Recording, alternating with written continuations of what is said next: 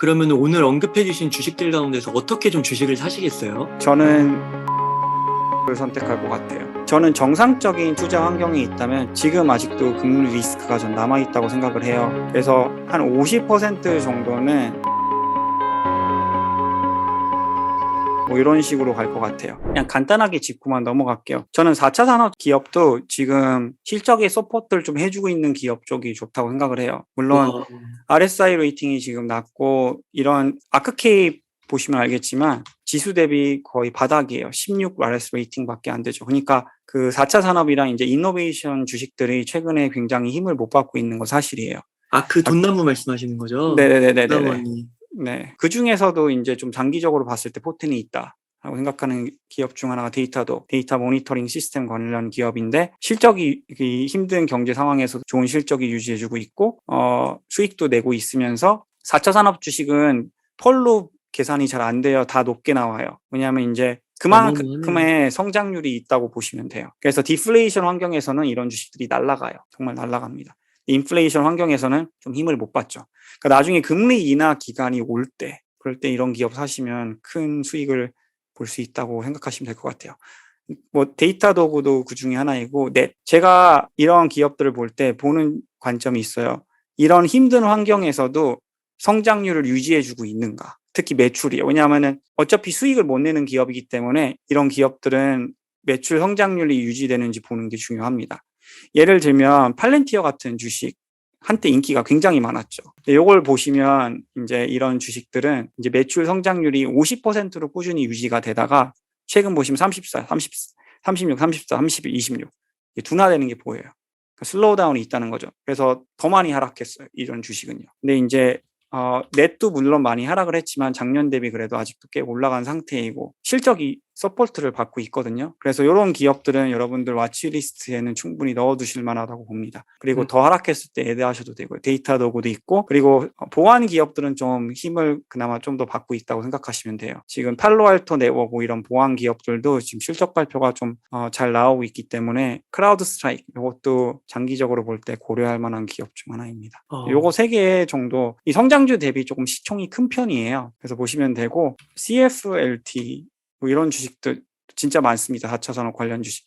이것도 좀 매출 성장률이 유지되고 있는 조금 더 초기 단계에 있는 더 성장주라고 볼 수 있고 주식 리스트는 정말 많아요. 제가 말씀드리고 싶은 게 많은 주식을 다루고 있어서 근데 한 요 정도로만 보셔도 네, 괜찮을 것 같습니다. 4차 산업. 그 미주모님 말씀을 들으니까 오늘 쭉 내용을 들으니까 빅테크도 있고 그 빅테크의 중에서도 테슬라 같이 조금 더 이렇게 성장주 느낌의 주식도 있고 네, 그렇죠.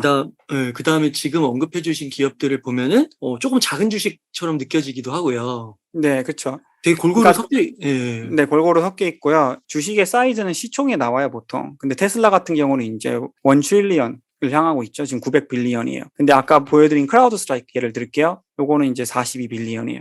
그러니까 20분의 1이죠. 시총 사이로 봤을 때 20분, 25분의 1 정도 된다고 보면 되고, 이제 방금 소개해드린 약간 조금 뭐 무서워하실 수는 있어요. 근데 이런 기업들은 이제 더 초기 상태, IPO 한 지 얼마 안 됐고, 이런 기업들은 이제 7.5 빌리언. 그러니까 이제 크라우드 스트라이크에서도 5분의 1 사이즈죠. 근데 이제 주식은 결국 근데 아시다시피 하이 리스크, 하이 리워드예요. 그러니까 리스크 투자를 하시면 리워드가 크다고 생각하시면 되는데 지금 인플레이션 때문에 리스크 투자가 안 먹히는 상태인데 이제 디플레이션 기간이 오면 이런 주식들은 이런 성장률을 계속 유지해 준다. 날아갈 만한 주식들이에요. 정말입니다. 아직은 좀 때가 아닌 것 같아서 조금 무조건 하락할 때 매수하라고 말씀드리긴 그런데 조금씩 금리를 내리기 시작할 때는 충분히 다 언급하고 매수 고려할 만한 주식들이라고 보시면 될 것 같습니다. 그럼 미주모님께 만약에요, 지금 한 1억 정도의 현금 여유가 있는 거예요. 그러면 오늘 언급해 주신 주식들 가운데서 어떻게 좀 주식을 사시겠어요? 굉장히 힘든 질문 같아요. 굉장히 힘든 질문이에요. 왜냐하면은 평상적으로 정상적인 저희 투자 환경이 있는 상태고 인플레이션도 정상이고 그러면은 별 문제 없이 하이 리스크 쪽으로 저는 투자할 것 같아요. 근데 지금은 그런 상황이 아니라서 현금 비중도 한 33%는 유지할 것 같고 저 같은 경우는 테슬라 비중이 많이 클 것 같고 저는 테슬라랑 마소를 선택할 것 같아요. 근데 마소도 조금 기다릴 것 같아요. 왜냐하면 마소 최근 실적 발표를 보시면 지금 달러 강세 때문에 EPS 타격이 있다고 말이 나왔어요. 근데 금리 인상이 멈추게 되면요, 달러 인덱스도 그렇게 빨리 계속 안 올라갑니다. 지금 다 금리 인상에 따라 모든 게 리볼브 되고 있어요. 이 금리 인상 때문에 지금 올라간다고 보시면 되고, 저는 정상적인 투자 환경에 있다면 조금 더 리스크 투자를 할 거예요. 성장성 있고 뭐 4차 산업 관련 주식, 뭐 태양광 관련 주식에 비중을 좀 크게 둘 생각인데, 지금 아직도 금리 리스크가 전 남아 있다고 생각을 해요. 그래서 한 50% 정도는 뭐 QQQ나 마이크로소프트나 테슬라 뭐 이런 식으로 갈 것 같아요.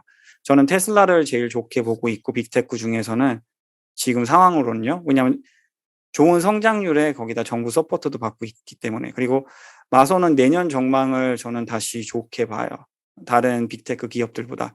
지금 단기적으로 리스크가 있어서 그 달러 인덱스 때문에 조금 기다렸다가 더 나중에 크게 매수를 할 생각이 있고, 그렇게 보시면 될 것 같고, 이제 사실 저는 4차 산업 관련 기업은 좀 박스권으로 움직일 가능성이 좀 있다고 생각을 해요. 그래서 저는 사실 지금 단기적으로는 조금 저점에 매수하고 고점에 매도하는 식으로 생각할 수 있을 것 같아요. 근데 이제 만약 모든 게 다 풀리고 이제 장기적으로 이제 정상적인 투자 환경이 돌아온다. 그렇게 되면은 이제 한 빅테크 50 그리고 뭐 4차 산업이랑 좋은 성장주들 지금 다 커버하진 않았지만 그게 한 25% 그리고 인플레이션 리덕션 플랜 뭐 한 20% 그리고 뭐 다른 인플레이션 리덕션 플랜 뭐 한 15% 그리고 다른 몇몇 이제 다른 섹터 기업들 10에서 20%뭐 이런 식으로 생각을 할 것 같아요.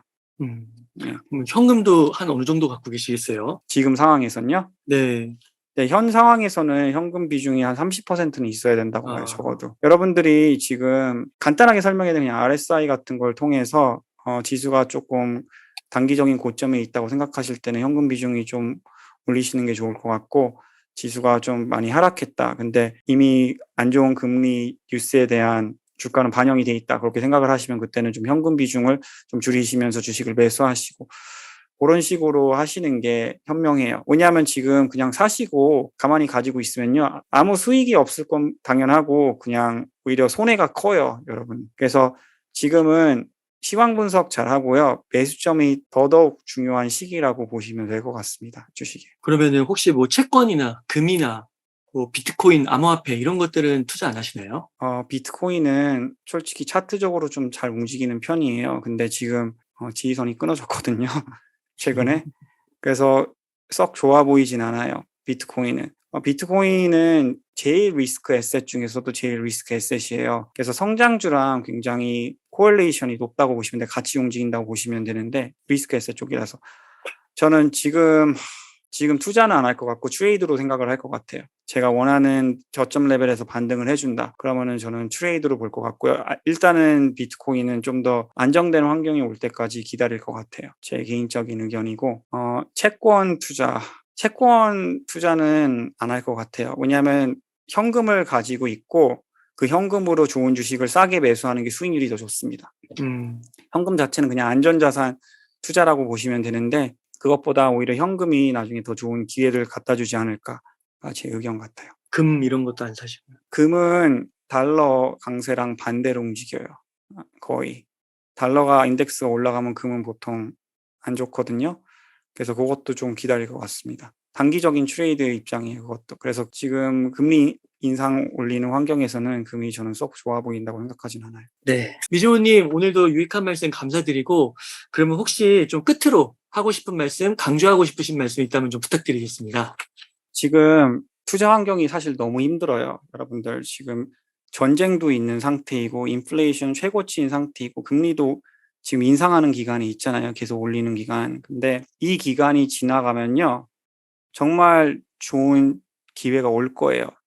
지금 여러분들이 포기하시면 안 되고 오히려 주식시장 그리고 경제적인 흐름에 대해서 공부를 하시고 내가 남은 현금 갖고 얼마나 좋은 주식을 얼마나 싸게 매수할 수 있을까 고려해야 되는 단계에 있다고 저는 생각이 됩니다. 그래서 저도 알아요. 많은 분들이 물린 주식들이 많겠지만 힘을 내시고, 그리고 내년에쯤에는 이제 다시 금리 인하 기간이 오지 않을까, 그렇게 보고 있습니다. 네. 앞으로 한 1년 6개월 정도 네. 예, 그렇게 좀 인내를 좀 더 하고 이 시간에 또 공부도 하고 네. 그러면 좋을 것 같습니다. 이렇게 해서 유튜브 채널 미국 주식의 모든 것의 미주모님을 모시고 이야기를 나눠봤습니다. 긴 시간 동안 유익한 인사이트 많이 나눠주셔서 감사의 말씀드립니다. 오늘 고생 많으셨습니다. 네, 감사합니다. 감사합니다.